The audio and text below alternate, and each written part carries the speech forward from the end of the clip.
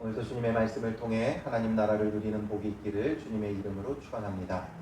우리는 살다 보면 여러 가지 분야에 여러 가지 문제에 맞닥뜨릴 때가 있습니다.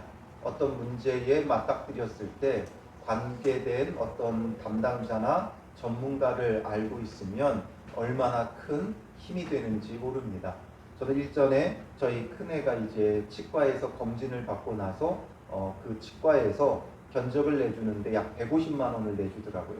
그런데 그걸 하고자 하니까 너무 비용도 많이 들어가고 너무 과잉 진료라는 생각이 들어졌어요. 그래서 아는 치과 의사 선생님이 한 분 계시는데 좀 멀기는 하더라도 거기를 한번 가보자 갔더니 12,000원인가 뭐 만 몇천 원에 치료를 다 마쳤어요.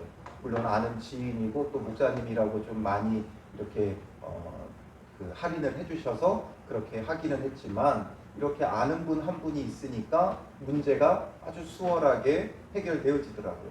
그래서 그때 생각했던 게 뭐냐면 야, 두루 각 분야에 좀 아는 사람이 하나 있었으면 좋겠다. 법적인 문제가 생겼을 때는 변호사 중에 지인이 한 분 있고 또 이렇게 아플 때는 의사 중에 지인이 한 분 있고 그래서 이런 여러 각종 분야에 아는 분이 있으면 너무 좋겠다 이런 생각을 했던 적이 있어요. 우리는 살아가면서 사람의 그 도움이 얼마나 간절하고 절실할 때가 있는지 모릅니다. 그런 것처럼 우리 곁에 누가 있을 때는 또 든든하지만 그런 아는 사람이 없을 때는 왠지 내가 손해보는 것 같고 더 그 어려움이 크게 느껴질 때가 있어요. 바울의 심정도 그렇지 않았겠어요? 앞서서 바울은 이제 총독에게 보내졌죠. 천부장이 보고 아무 죄가 없는 것을 알았지만 유대인들이 자꾸 그를 해하려 하는 음모가 있는 것을 보게 되니까 도저히 안 돼서 그를 총독 벨릭스에게 보냈어요. 그리고 벨릭스에게 보내진 이후에 대제사장 아나니아가 변호사 더둘로를 데리고 와가지고 그에 대하여 고발하죠. 자기 힘으로는 안 되니까 언변에 능했던 이 변호사 더둘로를 데리고 와요. 그리고 이 더둘로는 그의 뜻대로 이제 바울을 고발하는데 얼마나 말을 잘하는지 벨릭스를 높여주고 그 다음에 하는 그 고발의 내용들의 핵심 그의 논리는 뭐예요? 당신이 우리에게 평화를 주었는데 저자가 그 화평을 깨는 전염병과 같은 존재다라는 거죠. 그래서 소요를 일으키고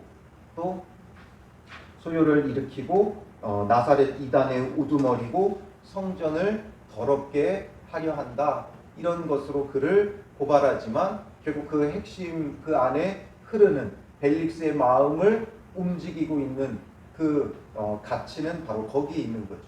당신이 우리에게 평화를 주셨으나 우리는 저 사람은 그 평화를 깨뜨리고 있다 이거예요. 그런데 이 대제사장과 그의 변호사가 할 이야기가 아니죠. 평화를 누가 줍니까? 로마 총독 벨릭스가 주는 게 아니라 하나님이 주시는 거죠. 물론 그 당시에 로마가 통치하는 시대에 로마 총독 벨릭스를 알고 있다면 얼마나 큰 힘이 되겠어요. 그 시대를 살아가는 사람에게 로마 총독을 안다는 것은 강력한 힘이 될 수 있고 무기가 될 수 있고 정말 평화를 누리는 것과 같은 그런 어떤 이득을 누릴 수 있을 거예요. 그러나 그것을 대제사장이 할 말은 아니죠. 대제사장은 하나님을 통한 화평을 여호와 샬롬을 전해야 할 자인데 그가 내세운 변호사를 통해서 화평을 지금 벨릭스가 주고 있고 그의 화평이 지금 깨지려 한다 이런 것으로 고발할 때 바울은 혼자 있어요. 자기를 위해 변호해 줄 자도 그를 위해 목소리를 내줄 성도들도 그 곁에 있지 않다는 거죠. 그러니 얼마나 그 마음이 외롭고 힘들고 지치겠어요. 그러나 바울에게는 누가 있어요? 사람의 도움인 변호사가 아니라 정말 진정한 구원, 사람의 도움이 아니라 하나님이 주시는 구원을 허락할 성령이 곁에 계신 거예요. 변호사는 도움을 줄 수 있지만 구원을 줄 수 없어요. 어제 우리가 주일 말씀을 보면서도 함께 나눴지만 사람의 도움은 어디까지나 도움으로 끝나요. 문제가 해결되지 않아요. 늘 반복돼요. 그러나 하나님이 주시는 구원은, 예수 그리스도를 통해 주시는 구원은 완전하고 완벽해요. 그래서 귀신을 내어 쫓아주시면서 다시는 이 아이에게 들어가지 말라 명하시며 완전한 구원을 그 아이에게 주시죠. 예수님은 구원을 주세요. 그래서 눈먼 자에게 눈 뜨게 하시고 앉은 자에게 일어나게 하시는 완전한 구원, 심지어 죽은 자를 살리시는 구원을 베푸시는 우리 주님이시죠. 그리고 그 주님께서 십자가에 죽으시고 부활하시고 승천하시면서 우리에게 주신 약속이 뭐예요? 내가 아버지께 가지만 너희를 위해 누구를 보내겠다 약속하셨어요? 보혜사 성령님을 보내주시겠다 약속하신 거예요. 바로 그 보혜사는 변호사가 주는 도움이 아니라 우리에게 구원을 주세요. 그러니 그 구원을 주시는 변호사가 아니라 그 보혜사를 우리는 구하며 보혜사 성령님을 통해 참된 구원을 누릴 수 있는 자가 되어져야 하는 것이죠. 바울도 그 보혜사 성령님과 늘 함께하는 자였기에 그는 이런 일에도 전혀 기죽지 않고 오늘 본문에 이제 자기를 변호하죠. 그러나 자기가 자기를 변호한 게 아니라 그 안에 계시는 보혜사가 그의 변호자가 되어 주셨기에 바울이 이런 고백을 할 수 있는 거예요. 그래서 세 가지로 그가 고백했기에 오늘 본문의 내용에 보면 세 가지로 바울도 변호합니다. 먼저 그 총독에게 말하기에 앞서서 공식적인 언어로, 공식적인 표현으로 당신이 여러 해 전부터 이 민족의 재판장 된 것을 내가 알고 내 사건에 대하여 기꺼이 변명하나이다 하면서 자기 변호를 시작하죠. 더둘로와 다르게 더둘로는 막 미사역으로 벨릭스를 칭송하고 높여주지만 바울은 공식적인 표현으로 이제 내가 기꺼이 변호한다. 재판장인 당신 앞에서 이 고소 사건에 대하여, 고발 사건에 대하여 변명한다 하면서 이제 쭉 설명을 하죠. 그래서 세 가지로 고소됐기 때문에 세 가지에 대하여 변론해요. 11절부터 13절은 먼저 첫 번째 소욕해 하는 자라는 것에 대하여 설명하죠. 그래서 소유하는 자라고 말했지만 정작 자기는 11절에 보면 내가 예루살렘에 예배를 하러 올라간 지 12일밖에 안 되었다라는 거예요. 12일밖에 되지 않았다. 그런데 그 12일 중에서도 정작 예루살렘에서 자기가 자유롭게 움직인 건 며칠이에요? 7일밖에 없어요. 결례를 행하였던 그 7일이었고 그 결례가 끝났을 때 유대인들이 그를 잡아 죽이려고 했고 그래서 천부장이 그를 영내로 데려갔죠. 그래서 갇혀 있었어요. 그래서 5일은 갇혀 있었고 고작 7일 예루살렘에 있었다는 거죠. 그러면서 그들은 내가 성전에서 누구와 변론하는 것이나 회당 또는 시중에서 무리를 소동하게 하는 것을 보지 못하였으니 이제 나를 고발하는 모든 일에 대하여 그들이 능히 당신 앞에 내세울 것이 없나이다. 그 기간 동안 내가 누구와 변론하는 것을 그들이 본 적도 없고 그런 사실이 없을 뿐만 아니라 그들이 본 적도 없다라는 거죠. 그렇다면 그것뿐만 아니라 성전뿐만 아니라 반대로 아니면 다른 곳에서라도 회당이나 시중에서 무리를 소동하게 하는 것을 본 적이 없다라는 거죠. 나는 그런 일을 한 적도 없고 그러니까 그들이 본 적도 없고 그러므로 그것에 대한 증거도 없지 않느냐. 고발하려고 하면 그 사건에 대한 이런 일이 벌어졌다는 소요하게 하는 일을 보았다는 증인이나 아니면 증거가 있어야 되는데 그게 아무것도 없지 않느냐. 그럴 수밖에 없는 것은 자기가 예루살렘에 고작 12일밖에 있지 않았다는 거죠. 그 기간 동안 무슨 소요 사태를 일으킬 수 있겠느냐라는 거죠. 그 가운데서도 고작 7일 그가 돌아다녔고 5일은 갇혀 있었는데 무슨 일을 벌일 수 있었겠느냐. 그 일에 대한 증인도 증거도 없지 않느냐. 그러니 소욕해 하는 자가 아니라는 거죠. 그 다음에 14절부터 16절은 나사렛 이단의 우두머리다라고 말을 하는데 말한 것에 대하여 바울은 그것을 인정해요. 자기가 그것을 따랐다라는 거죠. 14절에 그러나 이것을 당신께 고백하리이다. 나는 그들이 이단이라 하는 도를 따라. 이단이라고 하는 그들이 유대인들이 이단이라고 하는 그 도를 따랐다라는 것을 인정해요. 그러나 그것이 어떤 이단적인 뭔가 해되는 일을 한 것이 아니라 그 이단이라고 하는 도, 기독교나 그를 이단이라고 부르는 유대교나 차이가 없다라는 거죠. 다 똑같이 하나님을 온전히 섬긴다라는 거예요. 그래서 도를 따라서 조상의 하나님을 섬겼고 율법과 선지자들의 글에 기록된 것을 다 믿으며 그들이 기다리는 바 하나님께 향한 소망을 나도 가졌으니 곧 의인과 악인의 부활이 있으리라 함이니이다. 이것으로 말미암아 나도 하나님과 사람에 대하여 항상 양심에 거리낌이 없기를 힘쓰나이다 말하죠.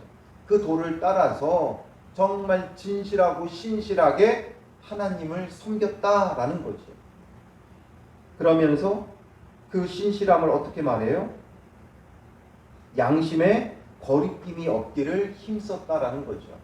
그러니까 그로 인해서 누군가 해를 입은 경우가 없다는 거죠. 이단은 얼마나 많은 해를 입힙니까? 영적으로 스토킹하는 것이고 영적으로 그를 완전히 지배해버려요. 그래서 그 밑에 두고 그루밍을 하죠. 그래서 완전히 스토킹하고 자기 밑에 지배하고 그래서 그 사람에게 두려움을 심어주고 그 사람의 인생을 빼앗아 버려요.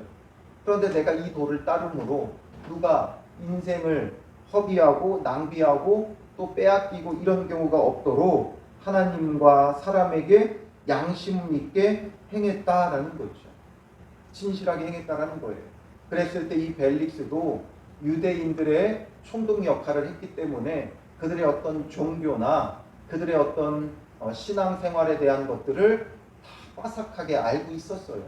왜냐하면 그 지역을 다스리고 문제를 일으키지 않으려면 그들의 종교와 그들의 생활 풍습과 이런 모든 것을 알아야 됐고, 그러니 이 벨릭스는 뭔가 제3자의 입장에서 유대교와 기독교의 차이를 몰라요. 그리고 기독교가 어떤 해를 입힌 적도 없다는 걸 아니까 이것이 받아들여지죠. 그리고 세 번째로 17절부터 21절은 성전을 더럽게 한다라는 것에 대해서 그가 이제 변론하는데 17절에 여러 해 만에 내가 내 민족을 구제할 것과 재물을 가지고 와서 드리는 중에 내가 결례를 행하였고, 자기가 왜 예루살렘 성전에 들어갔는지를 말하죠. 구제할 것을 나는 가지고 왔고 재물을 가지고 와서 결례를 행하였다라는 거죠. 궁핍한 기근을 만난 지금 예루살렘 성도들을 위해 구제할 많은 돈을 가지고 왔고 재물을 가지고 가서 결례를 행했다. 그 가운데 모임도 없고 소동도 없이 성전에 있는 것을 그들이 보았나이다. 그러나 아시아로부터 온 어떤 유대인들이 있었으니 그들이 만일 나를 반대할 사건이 있으면 마땅히 당신 앞에 와서 고발하였을 것이요. 성전을 더럽힌다고 바울을 고발했던 자들은, 최초의 고발자들은 아시아에서부터 온 유대인이었죠. 그런데 정말 그런 일이 있었다면, 자기가 성전을 더럽게 했다거나 아니면 소동케 했다거나 이런 일이 있었다면 그들이 와서 고발해야 되는 것 아니냐. 그들이 없다는 거죠. 또 그렇지 않으면 이 사람들이 내가 공회 앞에 섰을 때에 무슨 옳지 않은 것을 보았는가 말하라. 그렇지 않다면 공회 앞에도 이 문제를 가지고 섰었는데 그때 문제가 있었다면 그 문제에 대해서 말하라는 거죠. 그런데 그런 것이 없다라는 거예요.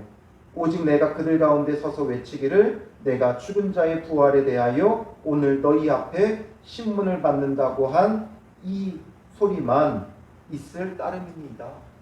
이 말만 있지 나에 대해서 어떤 고소하거나 고발할 만한 어떤 증거나 또 고발조차도 없다는 거죠. 그들 정작 나를 고발했던 자들은 여기 없다는 거죠. 지금 있는 사람들은 다 누구예요? 제사장, 대제사장 아나니아와 그의 일행들, 바울을 죽이기 전에는 먹지도 마시지도 않겠다고 했던 40인, 아마 이들이었을 거예요. 정작 바울을 고발했던 자들은 없고 고발에 대한 증거도 아무것도 없어요. 오직 바울이 인정하는 건 그들이 이단이라고 하는 도를 내가 따르는 것은 사실이다.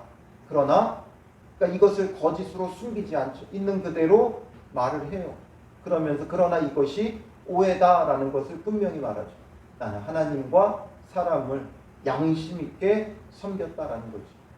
바울이 이렇게 변론할 수 있었던 것은 그 안에 보혜사 성령이 계셨을 뿐만 아니라 그가 또한 책 잡힐 게 없는 삶을 살아갔어요. 그러니 누구와 갈등의 문제가 있었다거나 평상시에 누구와 늘 다투고 싸웠다거나 또 아니면 그가 누구에게 해를 끼쳤다거나 이러면 이렇게 무죄함을 밝힐 수가 없겠죠. 그러나 그의 삶이 주님 앞에서 하나님과 모든 사람에게 양심 있게 행하는 자였어요. 그러니 그들이 고발하려도 고발할 게 없죠. 그가 어떤 신앙적으로나 종교적으로나 아니면 삶에 있어서 어떤 것 하나 책잡고 흠잡을 만한 게 없는 거예요. 만약에 그런 것이 있었다면 그것을 부풀려서 이들이 고소하고 고발했겠죠. 그렇지 못하는 거예요. 예수님도 그러하셨죠. 그들이 수많은 거짓 증인들을 내세워도 일치하지가 않아서 예수님이 무죄하다는 게 계속 밝혀지죠. 무죄함에도 불구하고 결국 그들은 예수님을 십자가에 못 박았어요. 그러니 그 책임을 그들은 면치 못할 거예요. 바울도 마찬가지예요. 그를 아무리 고발하려고 해도 고발할 거리가 없어요. 이게 바로 믿는 자들의 삶이 되어져야 돼요. 오해로 때로는 고소당하고 고발당할 수 있어도 그게 어디까지나 오해여야지 사실이면 안 돼요. 그런 삶을 우리가 살아가야 돼요. 우리는 의를 위하여 핍박받는다고 하지만 사실상 살펴보면 의를 위한 핍박이 아니라 그동안 우리가 잘못한 것에 대한 핍박을 받는 거예요. 교회가 잘못한 것, 성도들이 잘못한 것, 그리고 또한 내가 범죄하는 것 때문에 고난당하면서 그걸 의를 위한 핍박이라고 말하면 안 된다는 거죠. 내가 이웃들과 화평을 누리지 못하고 내 감정에 치우쳐 싸우고 다투고 그러면서 그 갈등으로 인한 어려움을 의를 위한 박해라고 하면 안 된다는 거죠. 우리가 잘못 행하고 또 고집스럽게 믿는 자의 또 고집으로 여러 가지 것을 해놓고 그걸 그러면서 당하는 어려움을 의를 위한 박해라고 하면 안 된다는 거죠. 그러니 우리가 주님 앞에서 얼마나 신실하게 살아야 되는가 다시 한번 생각해 봐야 되고, 결국 바울이 이렇게 자기를 변호하고 변론할 수 있는 것은 항상 16절에 말하듯이 하나님과 사람에 대하여 항상 양심의 거리낌이 없기를 힘쓰나이다. 힘썼다라는 거죠. 오늘 우리도 그러해야 돼.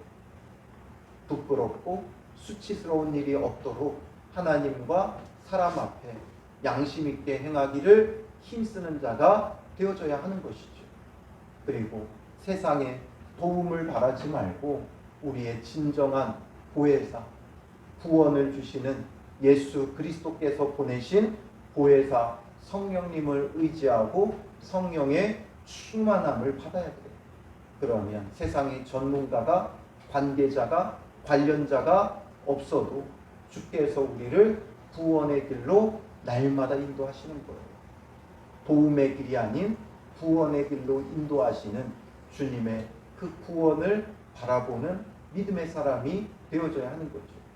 그 믿음 가지고 오늘도 주님의 구원을 기대하며 또한 주님 안에서 항상 양심을 따라 거리낌이 없기를 힘쓰는 하루가 되시기를 주님의 이름으로 축원합니다. 기도하겠습니다. 살아계신 아버지 하나님, 바울이 여러 가지 것으로 고소당하고 세상에 변호사가 나서서 그를 얽어매려 하지만 그러나 보혜사 성령이 그와 함께 하심으로 그를 지켜주시고 변호해 주시고 그러므로 오히려 총독을 통해 보호받게 되는 바울인 것을 보게 됩니다. 때로는 우리가 삶 속에 나를 도와줄 이가 없다고, 관계된 자가, 전문가가 없다고 한탄하며 고통스러워할 때가 있지만 우리에게는 그 어떤 전문가보다 더 탁월한 전문가이시고 우리를 구원하시는 보혜사 성령님이 계심을 바라보게 하시고 예수 그리스도를 믿는 믿음 안에서 주께서 약속하신 보혜사 성령의 충만함을 구하게 하시고 보혜사 성령님을 통해 우리에게 주시는 구원을 누리는 자들 되게 하옵소서. 그 구원의 은혜를 누림으로 우리는 하나님과 사람에 대하여 항상 양심의 거리낌이 없기를 힘쓰는 자들 되게 하시고 말씀에 순종하며 거룩하게 살아가는 복된 하루가 되게 하시고 세상에 책 잡힐 일 없는 거룩한 믿음의 사람들로 세워지게 하여 주실 줄 믿사오며 예수님의 이름으로 기도합니다. 아멘.